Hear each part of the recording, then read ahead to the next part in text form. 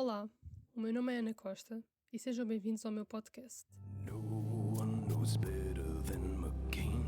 Life's a filthy, dirty game. Very, very hard to win.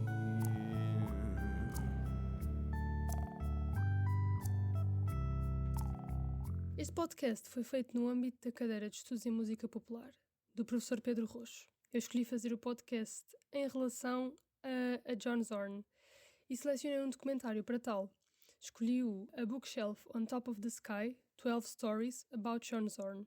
Eu escolhi o Zorn exatamente por não o conhecer até à data da sugestão do professor. Então pensei que poderia ser interessante eu aprofundar um artista com conceitos e também vertentes que estão fora dos meus conhecimentos. Só antes de iniciar em relação ao documentário, vou só dizer umas pequenas informações acerca dele. Basicamente, ele é um saxofonista, é compositor e é maestro americano de 70 anos. No entanto, viveu durante 10 anos no Japão e tentou dar a conhecer a sua música, mas também a receber parte da herança musical japonesa e incorporá-la nas suas peças, já na América. Ele desde novo que se interessou por diversos estilos de música, por exemplo, alguns géneros como world music, jazz, música dita clássica e o rock eram alguns dos géneros pelos quais ele se interessava e também são perceptíveis as suas influências nas composições. O John Zorn é um experimentalista e recusa-se a assumir qualquer tipo de rótulo pelos seus trabalhos, exatamente por ele não acreditar nessa questão de ok, este trabalho foi feito e corresponde a este estilo ou a este género. Ele não acreditava nisso. Em relação ao documentário, é possível dizer que ele foi realizado, produzido e editado por Claudia Oyerman e teve estreia no ano 2002. Este documentário é assim uma espécie de colagem de vários registros audiovisuais, sejam eles entrevistas, performações ao vivo, que a autora foi fazendo dos diversos anos de produção de John Zorn. Ou seja, entre a primeira gravação e a última, que fizeram parte do documentário, há uma distância temporal de 15 anos. O documentário está dividido em 12 partes que acabam por se interligar, ainda que de forma pouco perceptível. Porquê? Porque parecem não estar relacionadas e são apresentadas de forma não cronológica, mas têm uma ligação. Um aspecto interessante deste documentário é exatamente o facto da forma de gravação ser quase caseira. Ou seja, parece que não há muita produção envolvida na realização deste documentário, o que acaba por trazer uma certa intimidade. Ou seja, parece que há uma espécie de diálogo ou conversa informal entre nós, os espectadores do documentário, entre a Cláudia, ou então entre nós e o Zorn. Do ponto de vista técnico, este documentário é constituído por diversas filmagens B-roll, ou seja, é uma junção de diversas passagens, de entrevistas da Cláudia ao Zorn, momentos de ensaio das várias bandas dele, essas gravações geralmente acabavam por ter mais tempo, e por vezes havia pequenos vídeos com a autora a introduzir as novas partes do documentário. O documentário é parcialmente narrado por ela, pela Cláudia, e às vezes parece até que há uma espécie de monólogo direcionado para nós, para os espectadores. É quase um diálogo, quase como se ela nos estivesse a fazer perguntas retóricas. Pelo aquilo que eu observei, acho que é possível dizer que as filmagens têm uma dinâmica semelhante às composições do Zorn, ou seja, ao seu experimentalismo. As suas composições eram sempre bastante inconstantes, entre aspas, auditivamente. E eu acho que o documentário segue um bocado essa lógica, essa linha de pensamento, ou seja, raramente há uma cena constante, há sempre uma grande necessidade de movimento, tal como nas peças do John Zorn. Nos primeiros segundos do documentário, é-nos logo introduzido este artista, quando a Cláudia se refere à primeira vez em que o ouviu e à primeira vez que o conheceu, que foi através do disco Torture Garden dos Naked City, que foram uma banda do Zorn. Os Naked City foram formados entre os finais dos anos 80 e o início dos anos 90 e, juntamente com o hardcore, com os soundtracks de filmes e com as músicas do período clássico, foram influências para o Masada, que foi outra banda do Zorn. O Masada teve período de atividade no início dos anos 90 e tinha influências árabes. O caso da Sephardi Music, por exemplo.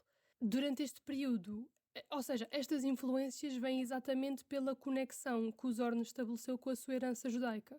Para além disso, no Masada também há influências de surf music. Essencialmente, John Zorn afirma que se inspira bastante pelo rock, pelo jazz, pela música clássica, pela world music e é mais ou menos tudo o que vier à cabeça dele e dos seus colaboradores na produção da música, tudo o que lhes fizer sentido, tudo o que fizer sentido no momento da criação. E a forma como ele articulava todos esses géneros era exatamente através da experimentação.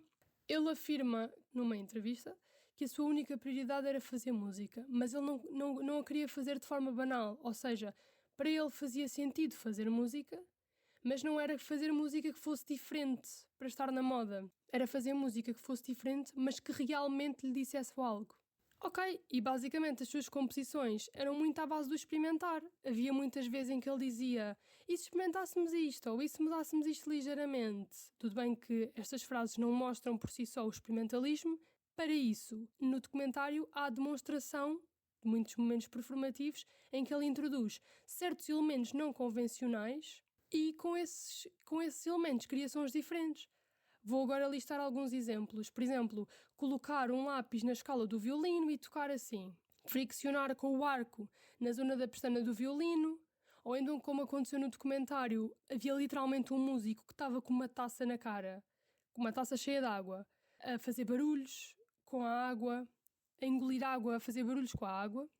E esses sons incorporavam as composições. Depois havia também músicos a serrarem cadeiras de madeira, caixas com areia por dentro que o som era semelhante ao de uma maraca, músicos a abrirem e a fecharem tesouras de modo a que aquele som fizesse parte da peça, objetos a caírem dentro da água e o barulho que eles faziam, agitarem objetos metálicos, por exemplo, martelarem correntes, mexerem as correntes, abaná-las todas, de forma a que esse som fizesse parte das obras. Também houve um momento em que um instrumentista friccionou as cordas do violino com um pano. Outros elementos foram, por exemplo, agitarem uma corda, ou seja, rodarem uma corda em forma circunferencial e esse som produzido incorporou as suas músicas. Amarrotaram papéis também. Também só ouviam sons de passos. Isto eram coisas muito pouco convencionais, é certo, e que fizeram dele bastante experimentalista e que fez com que ele rompesse com as normas e com as regras de fazer música. Outra técnica que ele também nos fala que aplicava nas suas músicas era a manipulação dos blocos musicais. Esses blocos eram chamados de moments, que ele disse que tanto o Stravinsky como o Stockhausen também utilizaram essa técnica, e que ele nos disse que esses moments eram independentes, ou seja, eram pequenos pedacinhos de música que eram independentes, mas quando se alinhavam linearmente acabavam por formar uma história. Outra técnica que ele também utilizou nas suas composições e que até apareceu no documentário foi uma técnica em que usava cartões. Quer isto dizer que cada cartão continha um símbolo ou uma letra e cada letra ou símbolo tinha um significado específico. Por exemplo, aumento de intensidade, alternância no aparecimento dos instrumentos, por aí adiante. Ou seja, e a partir daí ele comunicava com os músicos e durante a sua performação ao vivo. Neste documentário também deu para perceber que a autora deu bastante importância às performações ao vivo. O que quer dizer que a gravação não teve assim grande importância, por assim dizer, no documentário. Portanto, não é bastante perceptível o método de gravação utilizado. O John Zorn desenvolveu um pensamento, disse-nos no documentário, desenvolveu um pensamento em que acreditava que a música não era som em si, ou seja, era uma forma de manipulação do som, era uma estética. Ao longo do documentário, ele expôs aqui grandes questões sociológicas, deu para perceber bastante bem o ponto de vista dele quanto às suas ideias musicais. E até à questão de ele como pessoa inserida na sociedade. Aliás, as próprias músicas, as ideias musicais do Zorn, estavam tão ligadas com as ideias políticas e as suas crenças que era quase como se fosse impossível individualizá-las. Para o Zorn, o trabalho de um artista tem de se destacar da sua sociedade, ou seja, afastar-se. No sentido em que ele tem de se libertar da sociedade onde está inserido de forma a poder produzir o que quiser.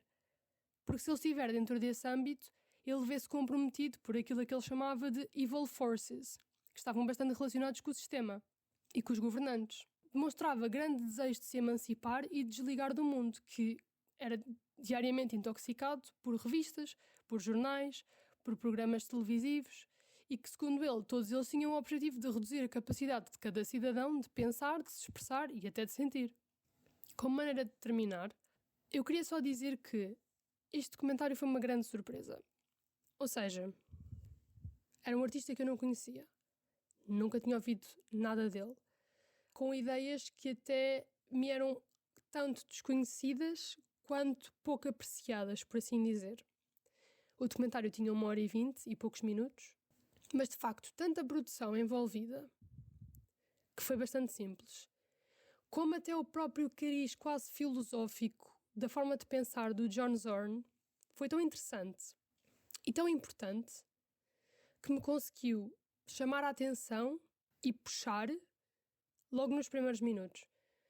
De forma resumida, este documentário teve assim grande importância exatamente porque deu a conhecer um artista que era extremamente polivalente, usava técnicas muito pouco convencionais na produção do som e influenciava-se por diversos géneros.